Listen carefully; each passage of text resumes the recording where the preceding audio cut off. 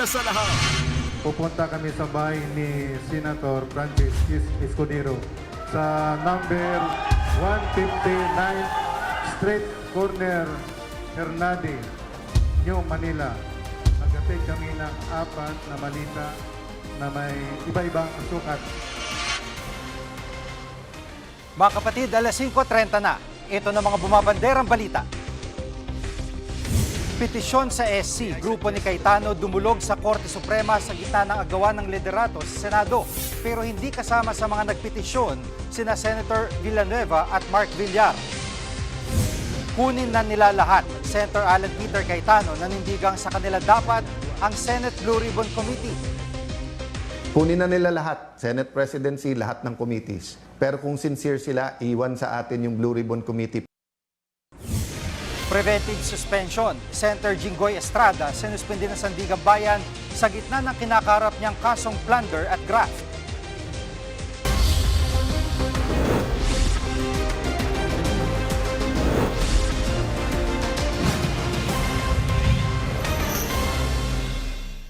Dumulog na sa Korte Suprema ang Cayetano Block sa gitna ng agawan ng liderato sa Senado. Live mula sa Senate Building sa Pasay, nangunguna sa balita si News 5 Senate Correspondent Mayan Los Baños. Mayan, anong hiling ng grupo ni Cayetano na sa inihaing petisyon nila? Jiggy, sa petisyon na inihain sa Korte Suprema ng Cayetano Block ay hinihiling nila na ideklarang null and void o walang bisa yung isinagawang sesyon dito sa Senado noong June 3. At humiling din sila ng status quo ante order, ibig sabihin ibalik sa dating sitwasyon ang Senado bago yung June 3 na sesyon. At bukod dun sa pagpapa-null and void sa June 3 na sesyon, gusto rin nila ipawalang bisa yung pagkakaroon daw ng quorum kung saan 12 senador ang present sa nasabing sesyon at yung pagbakante sa mga posisyon ng liderato ng Senado. So kasama rin sa hinihiling ng Cayetano Block yung pagpapawalang bisa sa pagkakahalal ni Senator Win Gatchalian bilang Senate President pro tempore at Acting Senate President.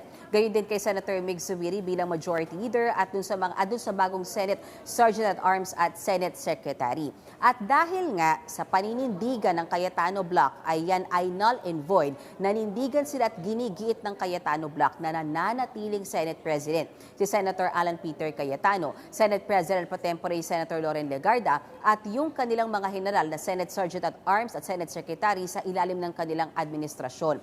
Iginiit ni Senator Alan Peter Cayetano na yung kanilang pagdulog sa Korte Suprema ay bilang proteksyon sa independence ng Senado at pagsisiguro na sumusunod sa konstitusyon ang lahat ng aksyon ng mga senador na kanilang ginagawa. Narito ang bahagi ng pahayag ni Senator Alan Peter Cayetano. Pakinggan natin, Jiggy. The policy na ang Senate ay mailagay sa ilalim ng Malacanang at yung 12 daw ay pwede, hindi 13. And sabi po sa ating Philippine Constitution, pag may violation ng Constitution, sa Supreme Court talaga ang punta. Pag walang rules, pag walang batas, chaos po tayo. Ang mangyayari Wild West. Kung sino mas malakas boses, sino mas maraming barel, sino mas maraming pera. At mayan, doon sa Cayetano Block, dalawa ang hindi kasama dito sa nagpetisyon. Bakit nila hindi na sila solid ngayon? Jiggy, tama ka, siyam na senador lamang yung nabilang natin nakasama dun sa petitioners. Isa-isahin ko na. Kabilang na dyan syempre sila Senators Alan at Pia Cayetano, Senator Loren Legarda, Senator Jinggoy Estrada, Amy Marcos, Rodante Marcoleta, Robin Padilla at Camille Villar. Tama ka, kapansin-pansin na hindi kasama sa petitioners sila Senator Mark Villar at Joel Villanueva nakasama sa Cayetano Block. Ang nasabi sa atin na impormasyon ay out of the country daw si Senator Mark Villar for personal reasons. So, hindi rin natin sigurado at wala pang impormasyon kung makakadalo siya sa special session bukas. Gayunman, ano nang sinabi ni Senator Joel Villanueva na dadalo nga siya sa special session bukas. Ano bang pwedeng mangyari dyan sa special session na yan? Siyempre, ang sinasabi ng liderato ng Senado ngayon ay ang priority dyan ay maipasa yung mga mahalagang panukalang batas at resolusyon na natenga. Kabilang na dyan yung pagbibigay ng dagdag tulong sa mga biktima ng lindol sa Mindanao. Pero syempre, Jiki, hindi natin may aalis inaalis yung posibilidad na mangyari dyan sa special session na yan, yung paghahalal ng Senate President. Sakaling makakuha na talaga ng 13 o mas mataas pang bilang ang Gatchalian Bloc dahil right now they have 12, isa na lang ang kailangan nila. Pero para kay Senator Alan Peter Cayetano, handa raw siyang i-give up yung pagiging leader ng Senado. Pero ang kanyang kondisyon, sana daw matira sa kanila yung Blue Ribbon Committee. Narito muli ang bahagi ng pahayag ni Senator Alan Peter Cayetano. Pakinggan natin. Special session, we continue to discuss, but obvious sa amin, ang target dito ay kunin ang Blue Ribbon Committee at i-secure yung Senate presidency. Pero kung sincere sila, iwan sa atin yung Blue Ribbon Committee para ang buong katotohanan. Mag-attend sila. At may dadalo ba yung Cayetano Block sa special session bukas? Natanong natin yan kay Senator Wen Gatchalian Caina at ang sagot niya sa atin, walang kumpirmasyon kung dadalo ba yung Cayetano Block bukas. Gayon man, ini-encourage niya raw sana lahat ng senador na dumalo bukas lalo't marami silang trabahong kailangang gawin. Actually, mula 9 o'clock ng umaga hanggang gabi, inaasahan magtatagal yung special session ng Senado bukas para matapos nga lahat ng mga panukalang batas na kailangan nilang maaprubahan. Narito ang bahagi ng pahayag ni Senator Wen Gatchalian. Pakinggan natin. Well, para sa akin, importante na we approve all of these bills. Sir, paano kung hindi sila umaten, yung block nila, makakapagpatuloy pa? Yes, because of the yung Avellino case, may quorum tayo.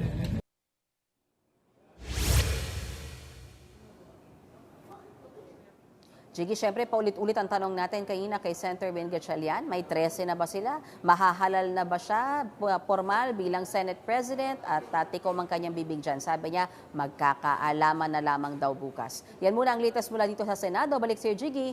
Yan ang ulat ni Mayan Los Baños live mula sa Senado. Sinuspindi ng Sandigang Bayan si Senator Jinggoy Estrada ng 70 araw dahil sa kinakaharap niyang kasong graft kaugnay ng flood control scam. Ayon sa Anti-Graft Court, nakasahad sa batas na kailangang patawan ng preventive suspension ang isang opisyal ng gobyerno kapag ito'y naharap sa kasong kriminal. Nitong June 1, pinaresto ng Korte si Estrada dahil sa mga kinakaharap niyang kaso kaugnay sa flood control scam. Nakakulong siya ngayon sa New Quezon City Jail. Pumarap ang ilang dating atleta ng Ateneo de Manila sa PNP-CIDG. Kaugnay pa rin ito sa investigasyon sa pagkalunod ni Rene Baterbonia at Divine Adili. Live mula sa Camp Crame sa Quezon City, nangungun sa balita si mobile journalist Jazz Paredes. Jazz, anong layunin ng PNP sa pagpapatawag sa mga manlalaro ng Ateneo?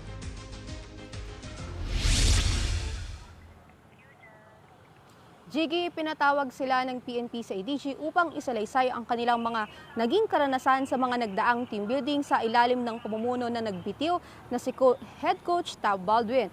10 dating manlalaro ng Ateneo Blue Eagles ang humarap sa tanggapan ng PNP sa IDG ngayong umaga. Kabilang dyan sina Anton Asisio, Mike Nieto at Tyler Tio. Closed door ang isinagawang inquiry ng PNP sa IDG. Wala pang inilalabas na detalye sa mga naging testimonya ng mga dating atleta.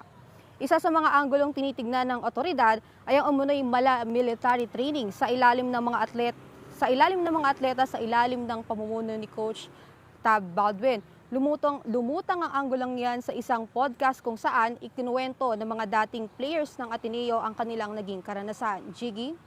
At closed door, Jazz, itong inquiry at bakit tila matipid sa detalye ang CIDG?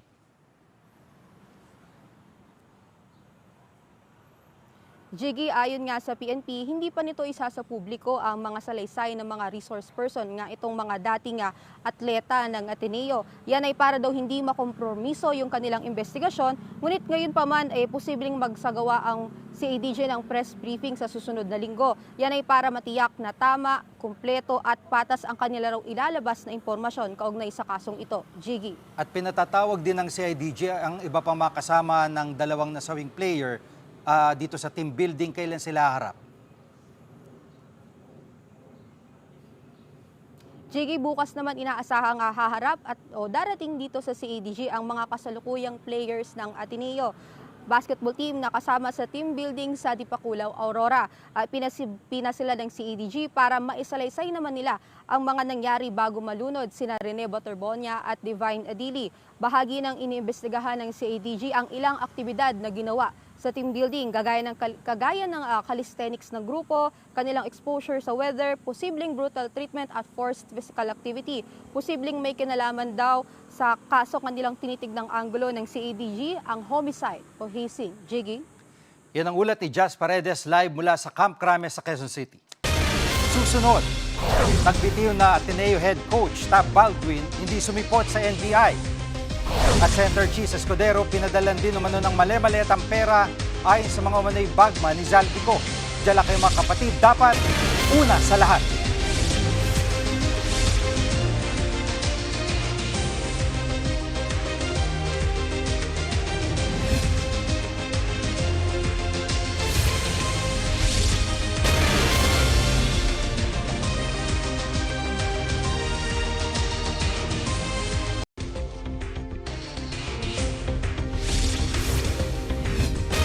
Hindi sumipot sa NBI ang nagbitiw na Ateneo head coach na si Tab Baldwin.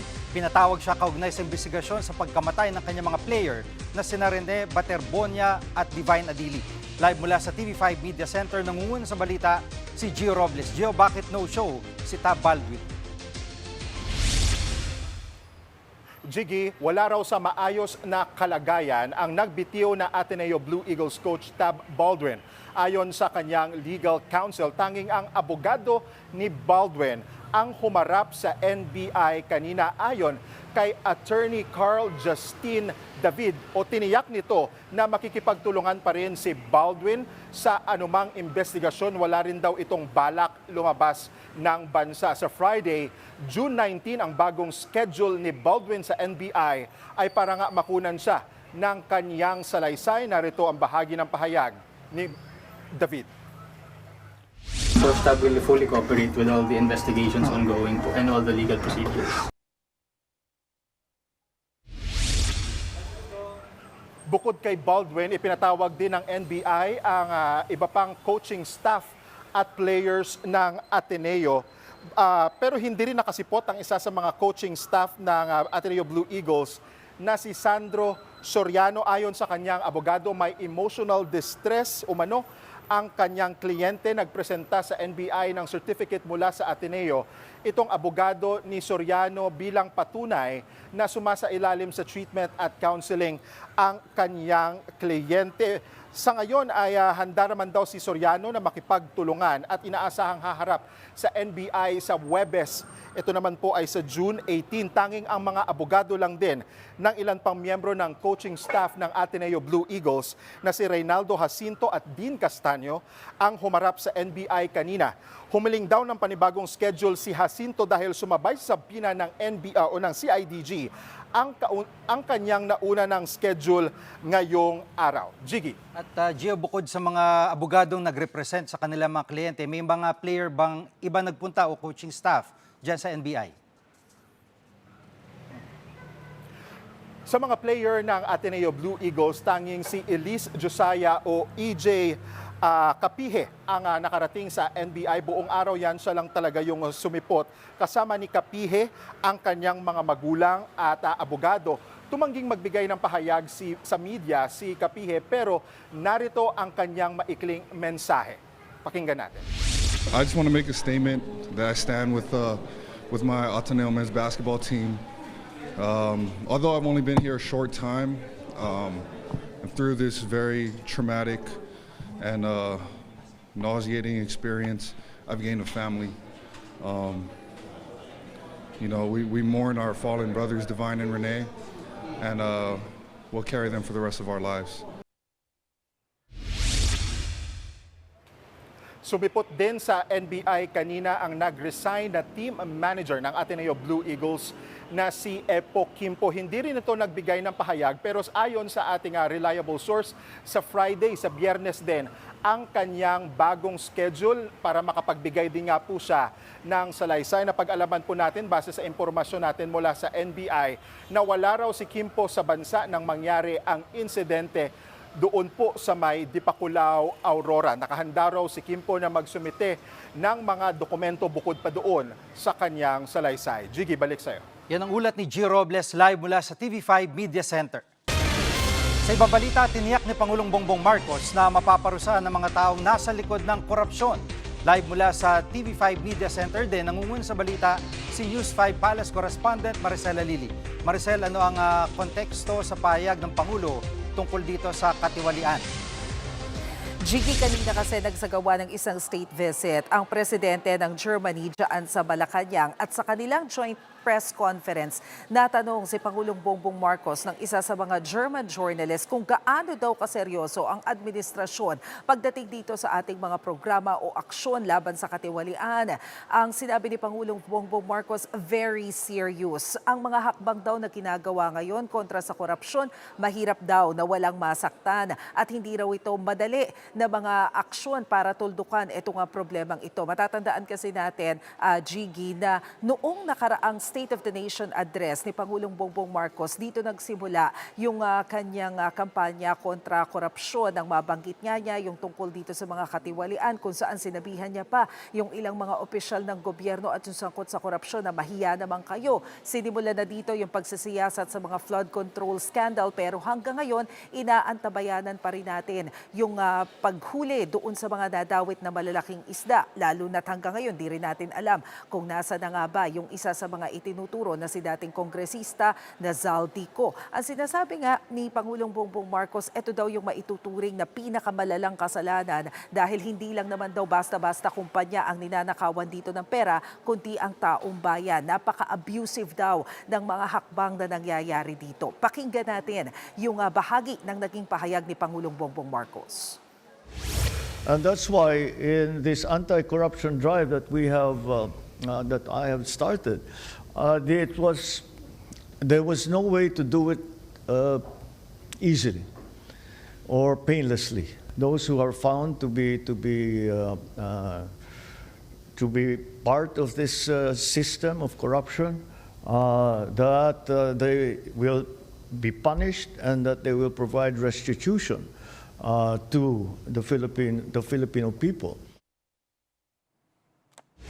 At Maricel, nang lumaki ang issue sa flood control, nagkaroon ng idea mga Pilipino kung gaano kalawak yung katiwalian sa gobyerno. Ano bang epekto nito talaga sa taong bayan?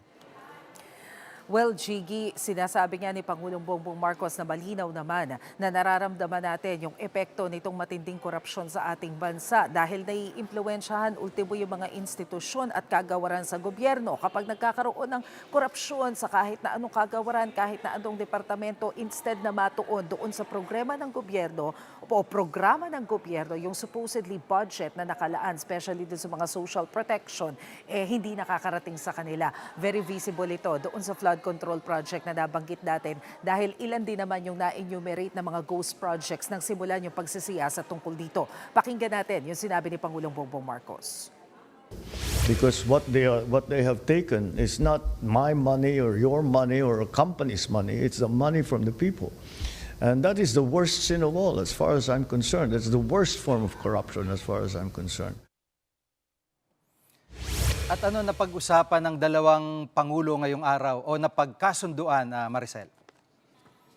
Yes, Jiggy, gaya nga nung nabanggit ko kanina, isinagawa yung state visit ni German President Frank-Walter Steinmeier dito sa Malacanang. Kauna-unahang pagbisita ito ng head of state ng Germany makalipas ang ilang dekada. Pero matatandaan natin, noon lamang 2024, bumisita rin si Pangulong Bongbong Marcos sa Berlin, Germany para pag-usapan yung iba't ibang mga mutual issues kagaya nga dyan ng trade, ng economy, ng defense cooperation, maritime cooperation at itong pag-uusap nila parang pagpapatuloy nung unang usapan. Of course, doon sa kanilang joint press conference, natanong kung gaano ba kabukas ang dalawang heads of state pagdating doon sa posibleng pagkakaroon ng visiting forces agreement sa pagitan ng Pilipinas at ng Germany. Alam mo, Jiggy, ang tugon dyan ni Pangulong Bongbong Marcos, very open ang Pilipinas sa pagkakaroon ng VFA-like na agreement with Germany dahil lahat naman daw gustong makatuwang ng Pangulo. Especially, nagsalita rin ng Germany, nakaisa sila sa pagsusulong ng isang rules-based order dyan sa West Philippine Sea dahil mismong si President Steinmeier din ang nagsabi kanina, every time nagkakaroon ng tensyon sa West Philippine Sea, kahit sila doon sa Europa nag-aalala. Dahil malinaw naman daw na very dynamic ang economy dito sa Southeast Asia. So every time na naapektuhan niya, nag-worry sila na baka mamaya pati yung freedom of navigation maapektuhan. In effect, magkakaroon din ng dagok sa kanilang ekonomiya. Yan muna ang latest. Balik sa iyo, Jiggy. Yan ang ulat ni Maricela Lili live mula sa TV5 Media Center. Susunod, mga hindi raw diniklarang armas ni VP Sara at kanyang mister gagamiting ebidensya sa impeachment trial. At Senator Chis Escudero tumanggap umano ng kickback mula kay Zaldico. Huwag kayong bibitiw, dapat una sa lahat.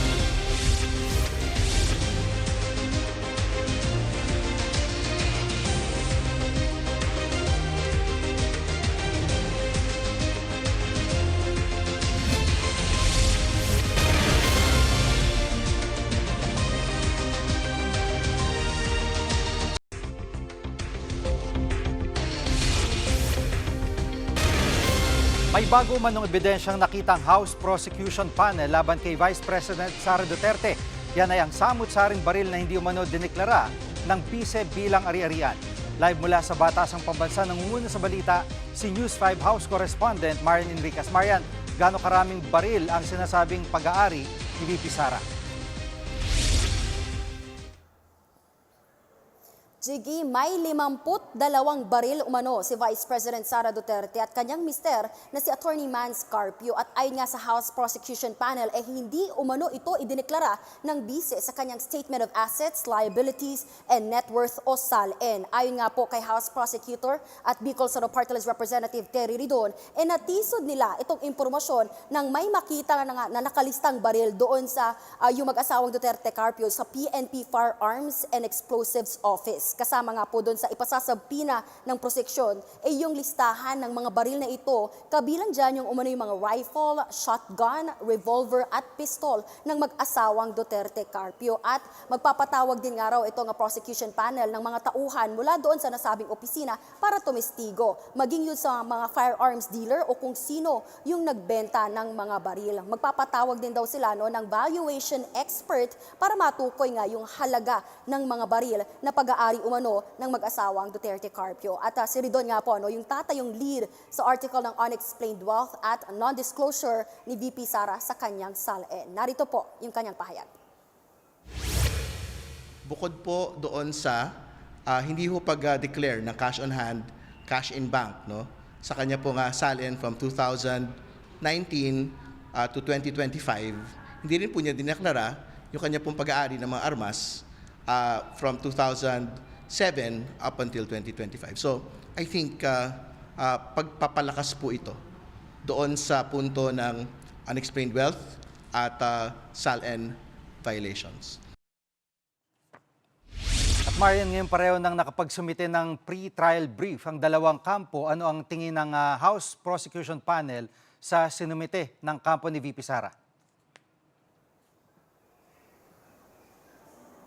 Jiggy, ay nga kay Congressman Ridon, nire-release na naman ng kampo ni Vice President Sara Duterte yung sa kanilang pinasang pre-trial brief yung procedural, constitutional at jurisdictional objections na nauna naman na nilang pinunto doon sa kanilang mga naunang ipinasang mga sagot. Pero nakapagsumite na nga yung kampo ng bise ng mga testigo at mga ipasasabpinang mga dokumento. At may panawagan pa raw itong kampo ni VP Sara na wag isama yung mga ebidensyang nakalap ng House Justice Committee at payagan lang ay kung ano yung nakapaloob doon sa mga original na impeachment complaints. Giit po ni Ridon, wala namang legal na basihan itong kanilang panawagan. Narito po yung pahayag ni Congressman Ridon.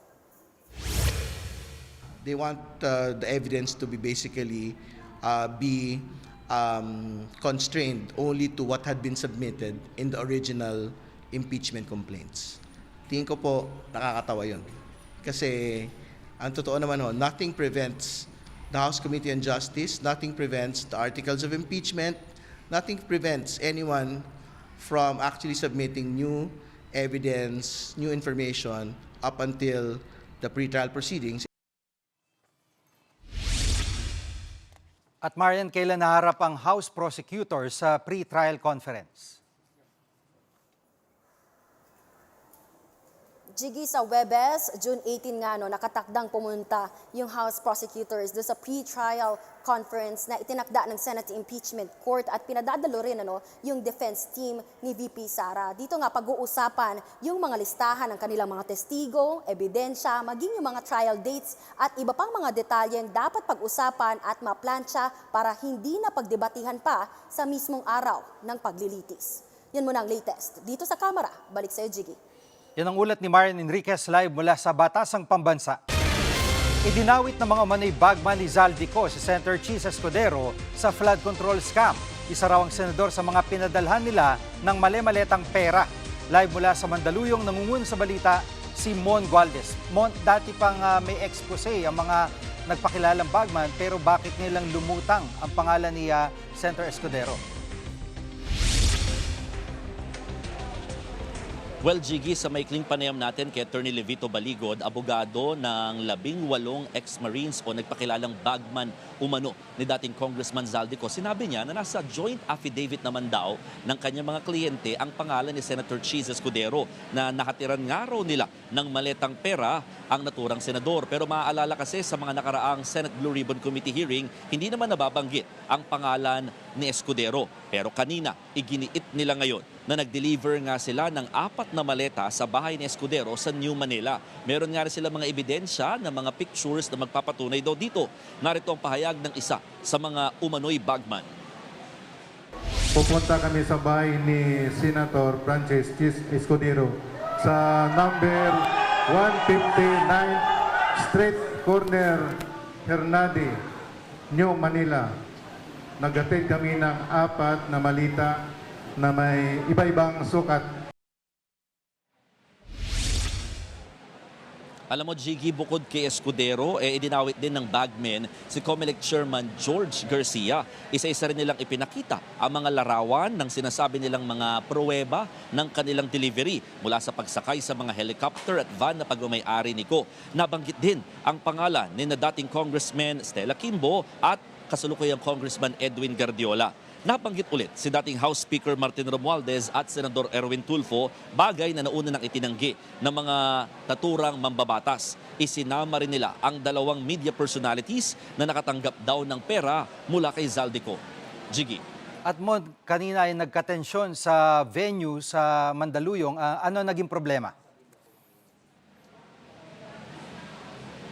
Kayo, Jiggy, nagkagirian actually yung ilang mga cameramen at ilang vloggers habang nasa labas ng venue kanina sa may gate. Ayaw kasing papasukin ang mga dadalo sa press con bago ito magsimula sana, eksakto alas 10 ng umaga. Maging si Senator Amy Marcos, alam mo ba, hindi rin nakapasok kaya umalis na lang siya. Ganyan din ang nangyari kay dating Ilocos Sur Governor Chavit Singson. Yan ay kahit imbitado nga siya para maging testigo sana sa gagawin na hearing. Nag-post pa nga sa kanilang Facebook page ang admin ng Events Place at sinabing hindi na raw matutuloy ang tinawag nilang pagtitipon ng Blue Ribbon Committee ngayong araw na kalaunay binura din yung naturang post. Balikan natin yung maikling naging tensyon kanina dito sa lugar at mga pahayag ni na Senator Amy Marcos at dating Governor Chavit Singson.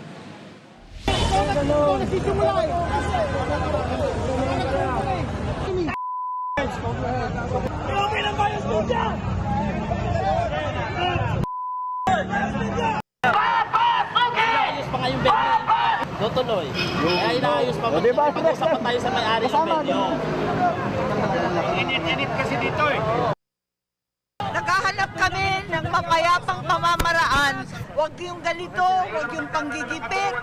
Dahil sigurado ako, anuman panggigipit ang gawin, lalabas at lalabas ang katotohanan. Walang makapigil sa amin. Mapatay na kami lahat. Pero sasabihin namin na totoo, ang magdanakaw, Martin Romualdez and Marcos Jr., sila ang utak, kaya sila napipigil. Eventually, Jiggy, pinayagan din akong pumasok dito sa loob ng venue. Una, around 11 o'clock, pinapasok na yung mga sasakyan na sakay itong 18 bagmen ni Ko. At eventually, after almost 4 hours, pinayagan na rin pumasok ang mga media kasama ng mga vloggers. Jiggy. At mo nabanggit ni Mike Defensor sa kanyang FB post na Blue Ribbon Committee hearing ang ginawa kanina. Ano ba ang tingin dito ng iba at bakit may mga dumalubang mga senador? Well, technically, Jiggy, sa post nga sa Facebook ni dating Congressman Mike Defensor, sinasabi niya na ito ay magiging Senate Blue Ribbon Committee hearing. Pero nauwi na lang ito sa presscon at tinawag nga nila itong People's Forum, ang sanay hearing na kaugnay ng flood control scandal. Ang problema, no show kasi ang kahit sino mang senador, maging sa minorya, dito nga sa ginawa nilang inaasahan na pagdinig. Kaya hindi rin natuloy ang naturang Blue Ribbon Committee hearing. Narito ang pahayag ni dating Congressman Defensor. Ang mga demokratikong institusyon katulad ng Senado ay binababoy, ginigipit, maging ang mga senador. Yun lang kung pagpunta nila dito ay marami ng mga pananakot na naganap, maraming panggigipit. At mo, may gagawin bang hakbang ang Gatchalian Block sa naganap na presscon? Well, actually, Jiggy, hindi nagustuhan ni Acting Senate President at Senate President Pro Tempore Win Gatchalian yung anyay paggamit nga ni dating Congressman Mike Defensor sa Blue Ribbon Committee. Kaya naman pinag-aaralan daw nila ang anumang legal action laban dito. Narito ang kanyang pahayag. Well, definitely linoloko niya yung tao at definitely gumagawa siya ng confusion, no? Dahil dun sa post niya, Blue Ribbon hearing, hindi naman siya chairman, hindi naman siya member, hindi naman siya senador. Bakit niya linlin lang ang tao? Sa maikling panayam kay dating Congressman Defensor, itinanggi niya na siya ang pasimuno organizer ng naturang event. Alam daw ito ng mga minority senators pero nagkaroon lang anya ng mga quote-unquote panggigipit sa mga naturang senador. Yan muna ang latest. Balik sa iyo, Jiggy. Yan ang ulat ni Mon Gualvez live mula sa Mandaluyong. Kami ang inyong mga kapatid sa Balitan at Public Service, dapat una sa lahat. Abangan niyo po ulit kami bukas dito sa TV5, 1PH, RPTV, True TV at 105.9 True FM.